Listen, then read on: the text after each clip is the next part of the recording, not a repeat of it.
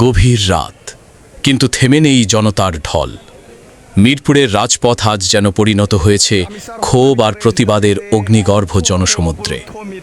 শিশু রমিসা হত্যা ও ধর্ষণের ঘটনায় উত্তাল পুরো এলাকা।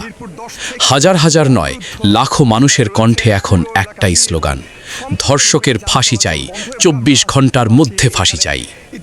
দর্শক, আপনারা দেখছেন পরিস্থিতি সরাসরি, আছেন দৈনিক ক্রাইম ডায়েরির সাথে। চারদিকে শুধু মানুষের ঢল আর কান্না ভেজা ক্ষোভ। কেউ হাতে প্ল্যাকার্ড, কেউ মশাল নিয়ে দাঁড়িয়ে আছেন রাজপথে। শিশু রমিসার নির্মম মৃত্যু যেন নাড়িয়ে নিয়েছে পুরো দেশকে। বৃদ্ধ থেকে তরুণ, নারী থেকে শিক্ষার্থী, সবাই আজ এক কাতারে। মানুষ বলছে আর কোনো রমিসাকে হারাতে চায় না বাংলাদেশ।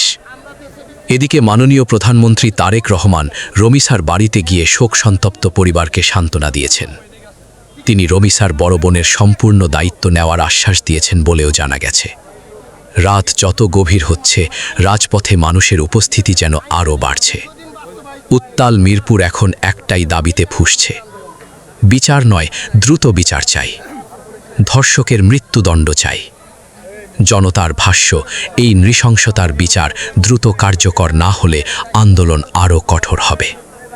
বাংলাদেশ আজ কাঁদছে রমিসার জন্য, আর রাজপথে দাঁড়িয়ে লাখো মানুষ বলছে, রমিসার হত্যাকারীর ফাঁসি না হওয়া পর্যন্ত ঘরে ফিরবে না জনতা। দৈনিক ক্রাইম ডায়েরি, সত্যের পক্ষে, অন্যায়ের বিরুদ্ধে।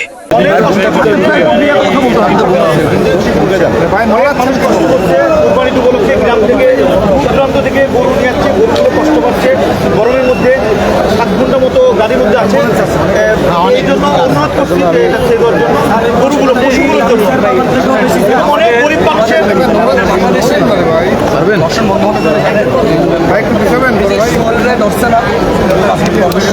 সামনে হাতে